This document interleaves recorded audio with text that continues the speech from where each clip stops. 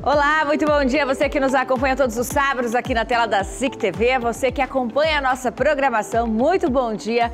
Satisfação em tê-los conosco mais uma vez, falando de saúde, de qualidade de vida, de bem-estar. A cada sábado, Viver Bem, então, traz uma nova temática, esclarecendo aí os temas com a ajuda dos nossos profissionais e especialistas. Bom, e você de casa, você costuma se preocupar com a sua saúde renal? Saiba que os rins são tão importantes quanto o coração e hábitos saudáveis podem evitar doenças graves relacionadas ao rim. O Dia Mundial do Rim foi neste último dia 9 e para falar sobre este tema tão importante, a gente convidou a nefrologista a doutora Tatiara Bueno, que é muito bem-vinda aqui com a gente. Vamos recepcionar a doutora aqui conosco. Tudo bem, doutora? Tudo bom, Renata? Bom dia. Bom dia. Tivemos aí uma data alusiva à saúde dos rins, nada como falar então da função deste órgão que é tão importante para a gente, né? Sim, quero agradecer a todos, bom dia. Agradecer esse espaço para a gente falar de saúde renal e prevenção. Vamos sentar então, doutora, para a gente conversar mais à vontade sobre o tema de hoje. Doutora, se a gente for pensar ali na máquina do corpo humano, qual que é a função do rim? O rim tem muitas funções, né? A gente acaba pensando que é só mesmo para a produção do xixi, né? Então, ele regula essa parte de volume do nosso corpo, evitando que a gente fique ou desidratado ou muito edemaciado. Mas ele tem outras funções que a gente chama assim de vitais e importantes, que uma delas é o controle também da anemia, né? Muitas pessoas desconhecem, mas o rim é um órgão importante para estimular a produção de sangue através de um hormônio que ele produz, que é a alfa-poetina, e ajuda no controle da anemia, além de regular vários outros eletrólitos, né? Sódio, potássio, cálcio, fósforo. É um órgão bem complexo. E aí a gente, por outro lado, tem o nefrologista, né? Um especialista. O que ele faz? O nefrologista, ele é o especialista responsável por cuidar da saúde renal e hipertensão. Diferente do urologista, que é mais casos cirúrgicos, né? A parte do nefrologista é mais a parte clínica da saúde renal.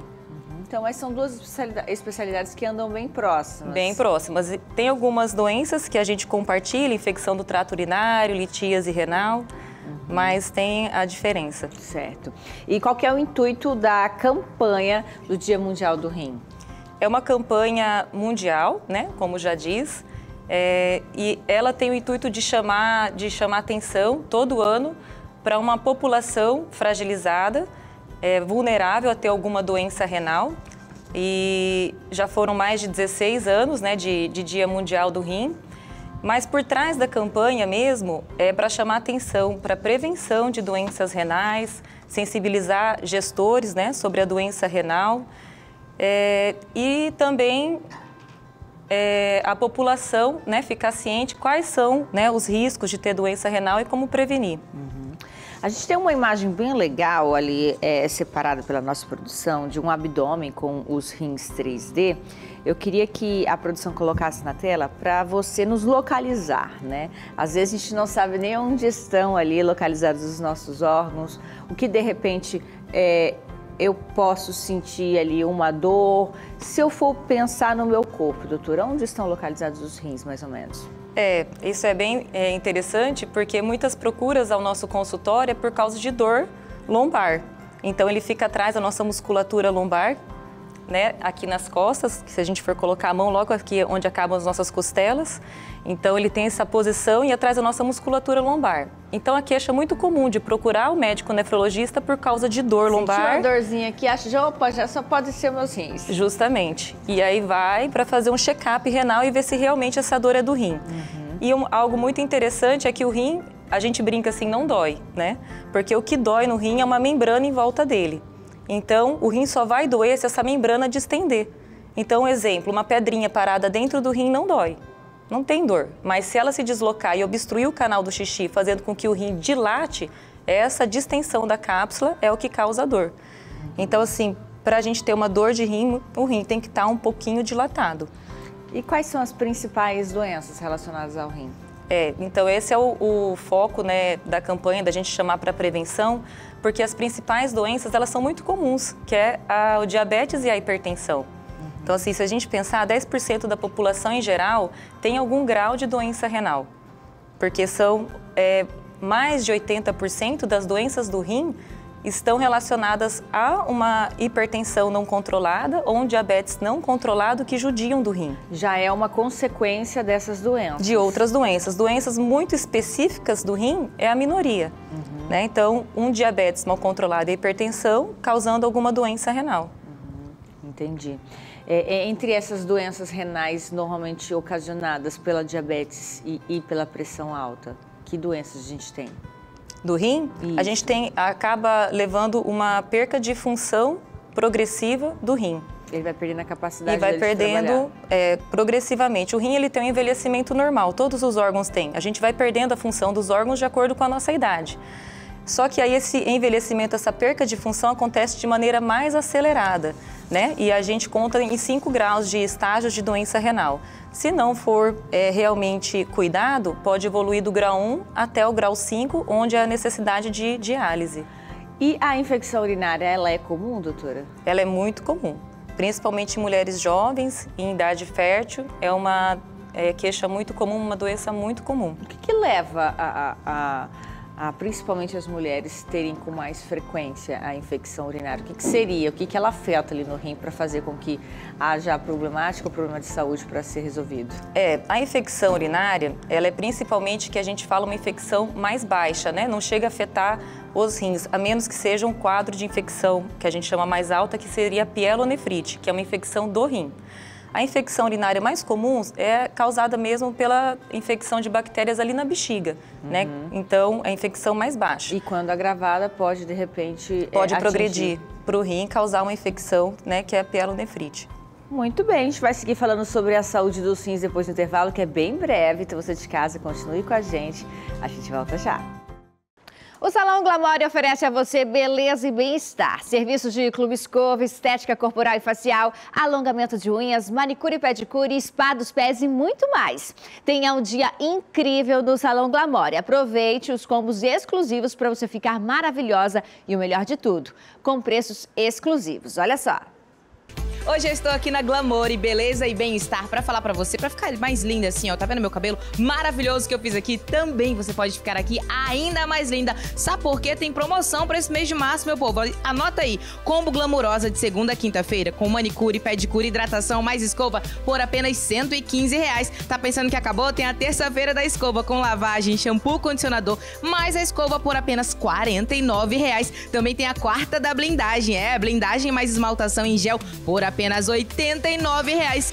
Que é isso? E claro, pra você que exagerou no carnaval, tá se achando mais inchadinha, tá querendo perder, claro, umas medidas, presta atenção. Manta térmica detox mais drenagem por apenas R$99. E ó, que elas também fazem pós-operatório de cirurgia plástica, ou seja, aqui é completo pra você ficar ainda mais maravilhosa do que já é. Telefone pra agendar agora mesmo, 99987-4526. E o endereço é muito fácil, Rua Humberto Correia, 1565, no bairro São João Bosco, bem em frente a Sapiens, não tem como você errar não. Então vem agora mesmo pra Glamore, bem-estar, beleza e você ficar ainda mais maravilhosa. Vem pra cá aproveitar todas as promoções desse mês de março, hein?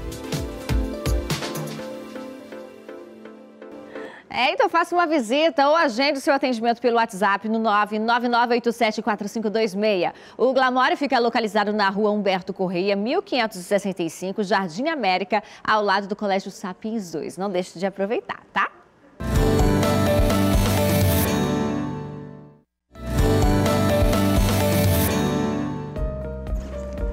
Muito bem, já estamos de volta falando sobre saúde dos rins no nosso programa de hoje, recebendo a doutora Tatiara aqui conosco, é nefrologista Tatiara Bueno, para a gente entender os principais sintomas, sinais, quando eu devo buscar o especialista e como que eu posso, de fato, melhorar a saúde dos meus rins. E aí, doutora, tem fórmulas, de fato, de cuidar mais dos meus rins, de manter aí, prolongar a vida deles, já que todos os nossos órgãos também têm idade, prazo de validade?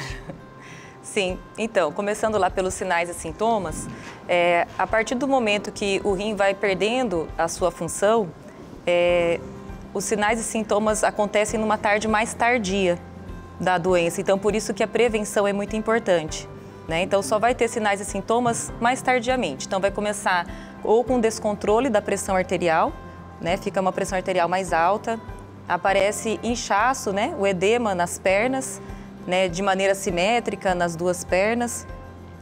E o paciente pode ir perdendo a vontade de comer, emagrecer. Então, como é mais tardio, o mais importante disso tudo é a prevenção, que aí a gente fala de exames muito simples, disponíveis no Sistema Único de Saúde, que é a creatinina. Né? Muitas pessoas desconhecem, mas é muito simples saber como que está a função dos meus rins. Então, pacientes que são hipertensos, diabéticos, que têm na família doença renal na família, tem alguma doença oncológica, é muito importante fazer essa avaliação da função dos rins, que nada mais é com um exame simples de sangue, que é a creatinina, que ela vai dar um valor que a gente consegue calcular quantos % os dois rins funcionam juntos. O exame de urina simples, para a gente ver se tem perca de proteína na urina, ou também sangue. E um exame de ultrassom dos rins e vias urinárias para avaliar essa anatomia. Então, é um check-up bem simples. A gente separou a imagem ali, doutora, queria te perguntar. Normalmente, então, ele não tem sinais, sintomas locais? São outros sintomas que estão correlacionados, por isso a necessidade de exames ali de sangue, de urina. Não são questões mais locais, é isso? Se for da parte anatômica, por isso que o ultrassom é importante para justamente avaliar se os rins têm o mesmo tamanho ou se eles estão diminuídos de tamanho, né? As evoluções da doença renal, muitas vezes o rim evolui com redução do seu tamanho. Então também já dá uma dica de doença renal. Se tem pedras no rim, então a gente consegue avaliar sim.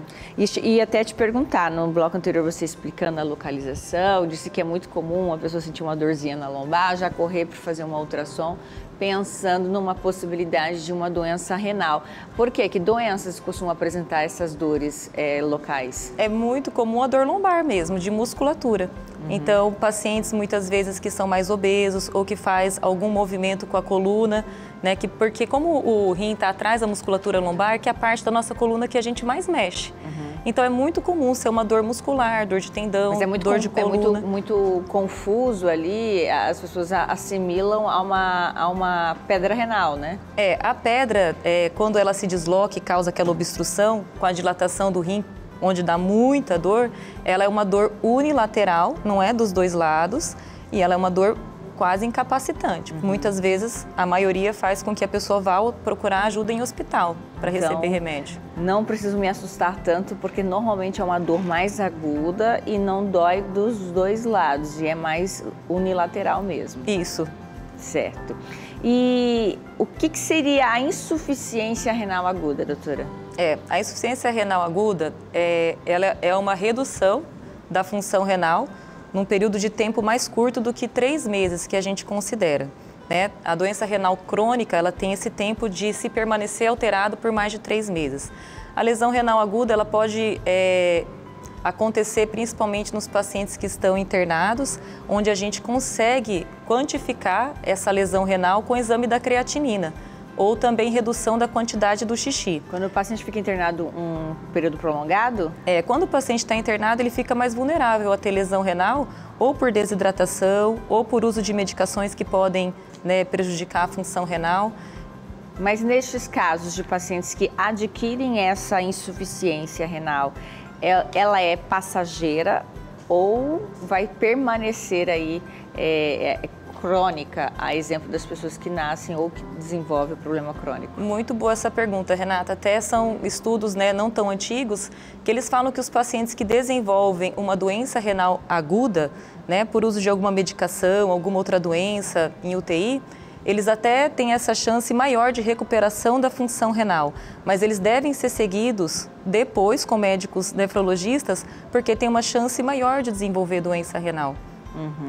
A insuficiência renal, ela apresenta sintomas, doutora, normalmente? Sim, a gente classifica em lesão renal aguda, essa que acontece, né, em horas, em dias, e a lesão renal crônica.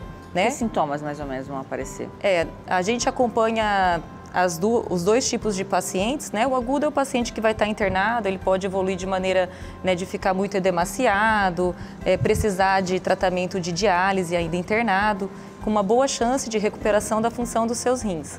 Agora, a doença renal crônica, ela vai ter a evolução dela do estágio 1, igual eu falei, até o estágio 5, e esses sinais e sintomas numa fase mais tardia da doença. Essas pessoas, elas nascem ou desenvolvem o problema?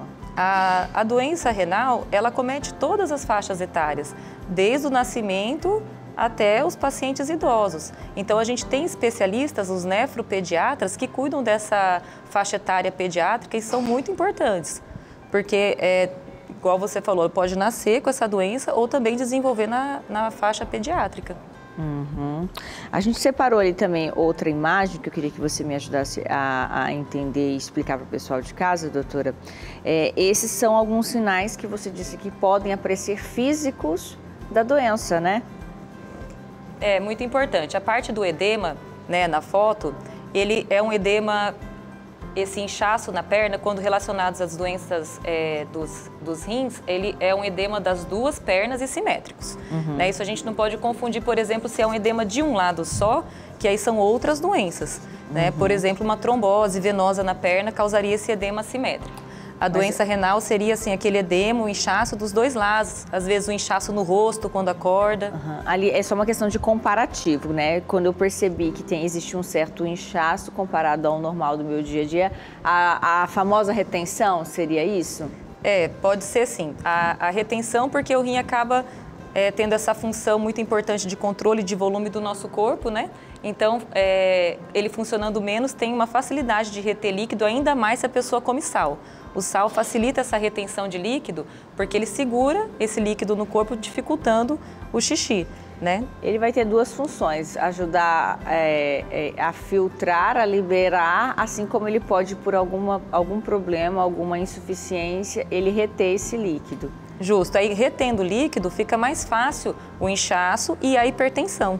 Por isso que a pressão alta também, né, ou mais alta do que o comum, ou início de uma pressão alta, deve chamar atenção para a doença renal. Outro ponto que eu queria chamar a atenção agora na tela é com questões relacionadas ao aspecto do xixi. O aspecto do xixi, da urina, ele pode ser um indicativo de problema renal? Sim, isso é muito interessante essa pergunta, porque muitas pessoas desconhecem que uma urina espumosa, ela chama atenção para a doença renal. E eu gosto de explicar isso no consultório de uma maneira muito simples, que é como se fosse o filtro do café. O filtro do café, né, ele não pode deixar passar o pó do café, ele tem que reter o pó do café. Assim como os rins. Os rins a gente considera como também ter um filtro. Então o rim também, o filtro do rim não pode deixar perder proteína, que seria o pó. Mas se o filtro do rim ali está machucado pelo diabetes ou alguma outra doença específica do rim, esse filtro machucado vai fazer perder essa proteína na urina. E essa proteína vai espumar. Então, tá certo que o jato do xixi pode espumar um pouquinho, mas uma espuma que você até pensa, nossa, será que tem um produto de limpeza nesse vaso e aquela espuma fica mais evidente? Chama atenção para a doença renal. Coloração, quantidade, isso também são sinais de algum possível problema? A doutora vai responder para a gente depois no intervalo, que é bem breve. Então, você de casa, siga com a gente que a gente volta já.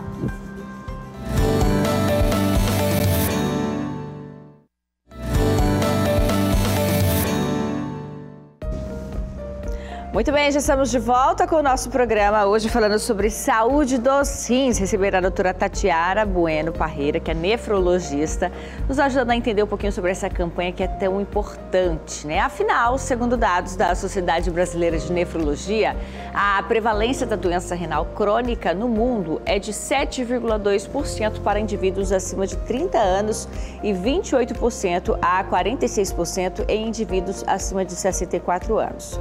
No Brasil, a estimativa é de que mais de 10 milhões de pessoas tenham a doença. Desses, 90 mil estão em diálise. Diálise, doutora. Acho que é uma das questões até mais temidas, né? Porque a gente sabe que é um tratamento doloroso, não é fácil. O que seria a diálise? Como é que ela funciona? Quando o paciente ele perde a função dos rins num grau, num nível de menos do que 15 a 10%, necessita algo que substitua. Então, pode ser 3 tratamentos: o transplante renal, a hemodiálise e a diálise peritoneal. A hemodiálise é aquela que precisa fazer uma fístula e o paciente vai na clínica 3 vezes por semana para fazer o tratamento. E a diálise peritoneal é uma diálise que faz pela barriga do paciente, né, e faz em casa, é ambulatorial. Esses 2 tipos de diálise são eternos, vão acompanhar essa pessoa ao longo da vida, se ela não fizer o transplante, se ela não puder fazer o transplante? Sim. Então, se for um paciente com uma doença renal crônica com necessidade de diálise, ele vai ficar em diálise até um transplante. Aquele paciente que possa desenvolver uma insuficiência renal por conta de uma internação, de uso de medicamentos, ele vai também fazer a diálise em algum momento e, de repente, não ter a necessidade de fazer mais? Aí a gente entra naquela conceito da lesão renal aguda e crônica. Então, eu posso ter uma doença renal aguda no hospital ou em algum outro cenário. Necessitar da diálise. Pode precisar da diálise, que é um tempo que a gente fala que o rim, ele precisa se regenerar ali onde está machucado, se recompor. O que não significa que ele vai ficar eternamente fazendo Justamente, é um tempo. Então, é um tempo de recuperação da função. Ele tem uma função, ele perde a função e esse tempo que ele tem para se recuperar é onde o paciente muitas vezes precisa dialisar e lá na frente a recuperação. Já os pacientes possíveis para transplante, como é que funciona, doutora? Meu corpo funciona com apenas um rim e quem são esses pacientes que podem fazer o transplante? Os pacientes, hoje em dia, pacientes elegíveis para transplante aumentou muito. Né? Antigamente a gente tinha algumas limitações com idade, hoje já se transplantam pacientes de 80 anos. Então, todo paciente que em algum momento tem essa perca da função renal, com essa necessidade de substituição, e ele vai para diálise, ele vai ser preparado para transplante. A partir do momento que ele tem uma condição cardiológica viável, condições clínicas e mentais também, porque tem todo um acompanhamento, ele é elegível para transplante. E aí ele vai por um centro de transplante para poder fazer os seus exames e também saber se ele tem algum doador vivo. Se tem alguma compatibilidade com algum familiar vivo, ele pode fazer esse estudo, ver se esse familiar pode doar para ele. Caso não tenha nenhum familiar, ele entra numa fila para saber, para esperar um órgão de doador cadáver. Não é uma fila por ordem de chegada, né? Então, é por parecer mais geneticamente, assim dizendo. Então, ele fica numa fila de doador cadáver. É uma fila nacional. Na verdade, cada centro transplantador tem a sua fila. Nós temos o transplante de rins aqui em Rondônia. Isso é um assunto bem delicado, sabe, Renata? A gente tinha o nosso centro de transplante no hospital de base, que por problemas diversos, infelizmente, foi parado. Então, hoje em dia, aqui em Porto Velho, está sendo transplantados apenas pacientes, a princípio, com convênios ou particulares. E os pacientes que dependem ainda do SUS, eles são alocados em outros centros de transplantes através de TFD. E isso é muito ruim para o paciente renal, porque ele tem que se afastar de sua família, muitas vezes é um apoio. Já é um tratamento bem doloroso, E né? o transplante, ele necessita de um tempo de acompanhamento próximo ao centro de transplantador, muito frequente no primeiro ano. Para saber então, a adaptação, após aceitação. A cirurgia é semanalmente. Depois de 2 meses, a cada 15 dias. E esse primeiro ano é onde ocorrem as complicações, ou a rejeição ou as infecções. Então, o paciente tem que estar próximo de quem cuida, né? O transplante, você disse, doutora, que normalmente pode acontecer entre familiares. Quem são os familiares com mais chance de compatibilidade? São ou os pais ou os filhos, né? Que tem essa maior chance. E, igual você perguntou também, se vive com um rim. Então, se a gente pensar que alguém pode doar um rim e ficar só com um, né? Esse único rim, ele tem essa capacidade de manter o paciente bem, com uma função de rim estável, boa, né? Então, e o paciente que recebe, ele vai receber apenas um rim, né? Então, ele vai também viver com um rim por um período de tempo. Como manter a saúde dos meus rins, doutora? hábitos saudáveis, alimentares, prática de atividade física, consumo de água, tão polêmico o consumo de água, beber a mais, beber a menos, e aí? Que cuidados eu posso ter no meu dia a dia? Hábitos de vida saudáveis com certeza é muito bom para a saúde dos rins. Se a gente pensar que as principais doenças que envolvem uma lesão de rim, né, é a pressão alta e o diabetes, a gente está falando de hábitos de vida saudáveis, com certeza, atividade física e manter um bom peso, né? Hoje em dia, a obesidade já deixou de ser considerada só um fator de risco, mas também como uma causa direta de prejuízo da função renal. Então, manter um peso adequado é muito importante. E a ingestão de água, não tem assim, beba muita água. Hoje em dia, um limite também é aceitável. Tem pacientes, por exemplo, cardiopatas, que não podem ingerir uma grande quantidade de água, senão eles também vão ser prejudicados. Então, quanto de água que eu devo beber? A gente leva em consideração, assim, para você ter uma média de 2 litros de xixi por dia. Então, se alguém está exposto a um trabalho no sol ou que sue mais, vai ter que beber mais água. Né? Se for que trabalha mais no ar-condicionado, que não sua, né, que não tem tanta transpiração, pode beber menos água. Mas, em média, para a gente urinar 2 litros. Então, uns 2 litros de água é bom. Uhum. As pessoas que estão em tratamento de diálise, qual que é a dificuldade delas com relação à ingestão de água? Elas se desidratam mais? Elas não podem beber água normalmente? Como é que funciona, doutora?